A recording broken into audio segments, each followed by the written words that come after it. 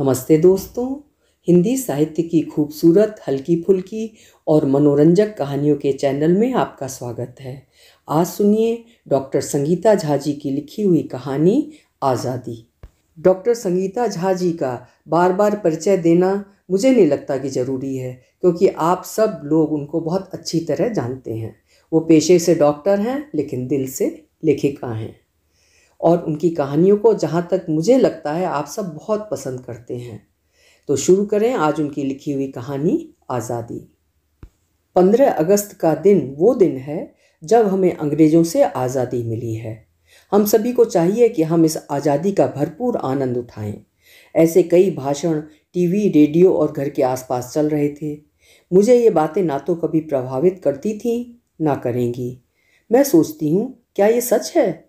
अभी 2 साल पहले तक मेरे घर गुलबिया आज़ाद पंछी की तरह यहाँ वहाँ घूमती रहती थी। कितने सपने थे उसकी आंखों में। मैं पेशे से तो डॉक्टर, पर लिखना मेरा शौक था और गुलू मेरी बेस्ट फ्रेंड। हर दिन औरतों की हालात पर मैं कुछ ना कुछ लिखती और सारा कुछ मेरी गुलू यानी प्रीति मुझे डिक्टेट करती। मैं हैरान रहती कि कहाँ से इतना ज्ञान इसने पाया है। कुछ पुराने अनुभव ऐसे थे, शायद मेरी हठधर्मिता से हों, पर मैंने पति से आज़ादी पा ली थी। यानी दुनियावी तौर पर एक तलाकशुदा महिला, पर बहुत ही अच्छी डॉक्टर थी। पिछले 15 सालों से ग्वालियर मेडिकल कॉलेज में मेडिसिन डिपार्टमेंट में प्रोफेसर हूँ। साथ ही शाम को घर पर मरीज भी देखती हूँ। एक शाम जब मैं मरीज देख रही थी तो देखा एक सिकुड़ी हुई औरत एक छोटी सी बच्ची को बेंच पर लेकर बैठी थी और बच्ची लगातार रो रही थी। पता नहीं क्यों बच्ची का रोना दिल को छू गया। क्लिनिक का लड़का लगातार उस औरत को डांटे जा रहा था। मैंने उस लड़के को उस औरत को पहले लाने के लिए कहा। मैंने पूछा, क्या तकलीफ है, बच्ची क्यों रो रही है? उस औरत का जवाब हिला गया। तकलीफ गरीबी और मजबूरी है, रोना मेरी बेटी का नसीब है। मैंने कहा, अरे मैं तो डॉक्टर हूँ, मरीज देखती हूँ। पता नहीं क्यों मुझे वो औरत बड़ी प्यारी लग रही थी। आमतौर पर मरीजों से इतनी बात नहीं होती थी। वो बोलती जा रही थी, अखबार में आपका लिखा आर्टिकल पढ़ा, इसीलिए आपके पास आई हूँ। सास बहुत तंग करती है और पति बेटी पैदा करने की वजह से बहुत मारता है। मैंने पूछा, तो मुझसे क्या चाहती हो? उसने जवाब दिया, कुछ नहीं, सुना है आप आज़ाद हैं, अकेले रहती हैं, मुझे अपनी शरण में ले लें। आपको घर पर रोकने टोकने वाला कोई नहीं है। सुना है आपके बच्चे भी नहीं हैं। मैं और गुलबिया एक कोने में पड़े रहेंगे। उसकी बेबाकी मुझे प्रभावित कर गई। मैंने भी वार्तालाप जारी करने के लिए कहा, बहुत सुना है मेरे बारे में। उसका जवाब, अरे आए दिन अखबार में आपके बारे में छपता रहता है कि आपने औरतों की बेहतरी के लिए इतने काम किए, अब हमारा भी बेड़ा पार कर दीजिए। मैं तो उसकी बातें सुनकर बड़ी असमंजस में थी। मैंने पूछा, तुम अखबार पढ़ती हो? उसकी हाजिर जवाबी, रोज विदाउट फेल। मैं तो उसे अपलक निहारती रही। पढ़ी लिखी हो? हाँ, 12th पास हूँ। मैंने उसे घूरते हुए पूछा, कुछ काम करती हो? उसका जवाब, अभी तक तो नहीं, पर आपके यहाँ करना है। मैंने पूछा, मेरे यहाँ क्यों? फिर उसने जवाब दिया, अपनी बेटी को आपके जैसा बनाना है। मैंने टालने के लिए कहा, ठीक, कल सुबह आना, सोच कर बताऊंगी। उसने कहा, मैं तो अपना घर छोड़ आई हूँ, अब आपके पास ही रहूंगी। अजीब मुसीबत है। फिर एक ख्याल आया कि कहीं लुटेरन तो नहीं है, कुछ प्लान बनाकर तो नहीं आई है। पर आंखों की सच्चाई कुछ और कह रही थी।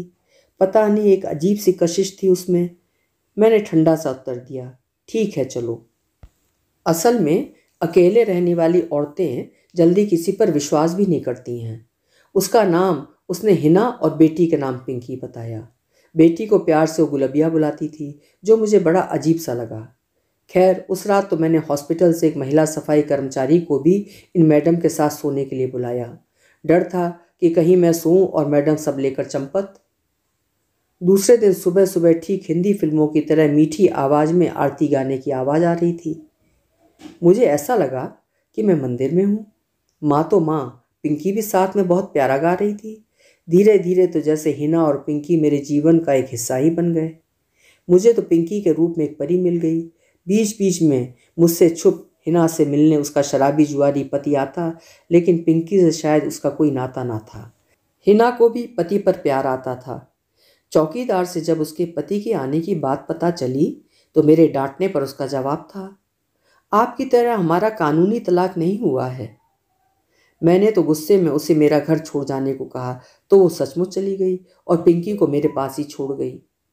पिंकी और मैं सहेलियों की तरह रहने लगे। जब आई थी तो मुझे मैडम जी कहती थी। मैंने उसका दाखिला पास के स्कूल में करा दिया और मैं ही उसकी अभिभावक थी। उसने अपने आप मुझे माँ कहना शुरू कर दिया। मुझ जैसी मजबूत औरत की अब पिंकी कमजोरी बन गई। मुझे ज़बरदस्ती कभी सिनेमा हॉल तो कभी शॉपिंग मॉल और कभी कभी तो चाट के ठेले तक भी ले जाती। चेहरे पर एक खूसट औरत का मास्क लगाए घूमने वाली डॉक्टरनी अब लिपस्टिक भी लगाती थी। जूड़ा खुल गया, तरह तरह की हेयर स्टाइल की जाने लगी। मेरा नया रूप लोगों को पसंद आने लगा था।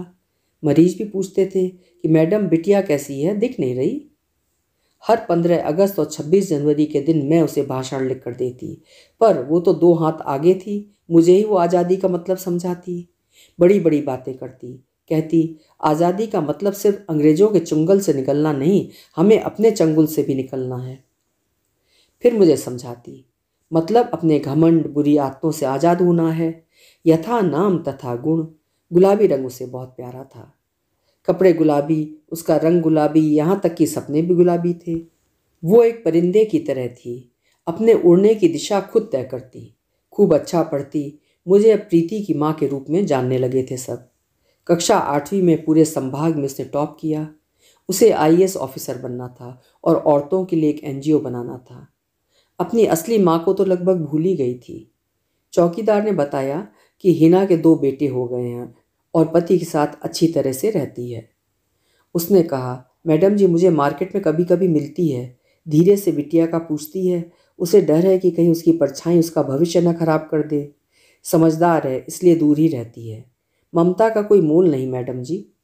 हमारे बीच सिर्फ आज़ादी की बातें होती, विचारों की आज़ादी, बोलने की आज़ादी, पहनने की आज़ादी, सपनों की आज़ादी। उसके आज़ाद ख्यालों से मुझे कोई परेशानी नहीं थी, लेकिन कभी कभी उसकी आज़ादी मुझ जैसी निडर औरत को भी डरा देती। उसके मर्दाना मजबूत इरादों के साथ उसका शरीर एक नाजुक कमसिन कली का था। मैं एक मजबूत औरत के साथ एक माँ भी थी। बार बार उसे समझाती, ज़्यादा आज़ादी अच्छी नहीं, इतनी देर देर तक बाहर ना रहा करो। वो हंसकर कहती, trust me, I am your daughter. जैसा आप डरती हो वैसा कुछ नहीं होगा। मैं डरती थी क्योंकि मैंने भी अपने प्यार को ही अपनाया था, लेकिन जब प्यार पति बना तो कहर बन गया और मुझे आगे बढ़ने के लिए उस कैद की जंजीरों को तोड़कर बाहर निकलना पड़ा। ये लड़की तो छोटी थी, डर था कहीं किसी के प्यार में कैद ना हो जाए। वो अब गुनगुनाने लगी थी और चेहरे के हाव भाव भी बदलने लगे थे।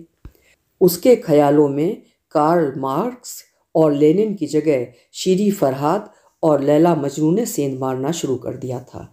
घंटों आईने के सामने खड़ी हो खुद को निहारने लगी थी। प्रीति से वापस गुलबिया बन गई थी वो। मुझे उसमें भी कोई ऐतराज नहीं था, लेकिन मेरी भेदती आंखें उसे खुद का दुश्मन लगती थीं और मुझसे कन्नी काटे रहती थी। एक 15 अगस्त का ही दिन था जब उसने अपने ही मुंह से अपनी कैद का ऐलान किया था कि अब उसकी ज़िंदगी उसकी नहीं बल्कि किसी के दिल में कैद हो गई है। उसने अपने हाथों अपनी आज़ादी का गला घोंट दिया था। छुप छुप कर धीरे धीरे फ़ोन पर बातें करती। अगर फ़ोन नहीं उठा पाती या उठाने में देर हो जाती तो उससे घंटों माफ़ी मांगती। उसकी कैद आंखें मुझसे बचती फिरती। मुझसे शेरनी की तरह बहस करने वाली मेरी पिंकी अब मुझसे आंखें चुराने लगी थी। शेरनी भी शायद अपने बच्चों से डरती है, इसीलिए मैं चाह कर भी उसे फटकार नहीं पाई। हर 15 अगस्त जो प्रीति मुझे आज़ादी का पाठ पढ़ाती थी, उस 15 अगस्त वो चुप थी। शायद उसके ओजस्वी सपनों की जगह गुलाबी सपनों ने ले ली थी, जिन सपनों में किसी के साथ प्यार मोहब्बत की कस्में खाई जाती थी, किसी के लिए चाय बना उसका इंतज़ार किया जाता था। 1 साल तक ऐसा चलता रहा और अगली 15 अगस्त एक स्वतंत्र लड़की पूरी तरह से कैद हो गई। मजबूरन माँ होने की वजह से मुझे ही कन्यादान कर उसके पैरों में बेड़ियां पहनानी पड़ी।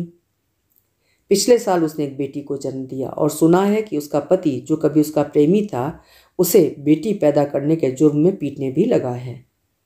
अंदर से अभी भी मेरी प्रीति इतनी मजबूत है कि अपने गुलाबी सपनों के धू धू कर जलने के बाद भी वो कोई शिकायत नहीं करती है। आज सारा देश आज़ादी का जश्न मना रहा है और मुझे अपनी बेटी की बहुत याद आ रही है। काश वो अपनी ही बनाई हुई कैद से बाहर निकल इस आज़ादी का जश्न मनाए। सोचती हूँ कहाँ कुछ बदला है इस आज़ाद मुल्क में। 15 साल पहले जहाँ हिना खड़ी थी, ठीक वहीं आज प्रीति है। अभी आप सुन रहे थे डॉक्टर संगीता झा जी की लिखी हुई कहानी आज़ादी। कहानी आपको कैसी लगी कमेंट बॉक्स में ज़रूर लिखिएगा। फिर मिलेंगे। आपका समय शुभ हो, मंगलमय हो।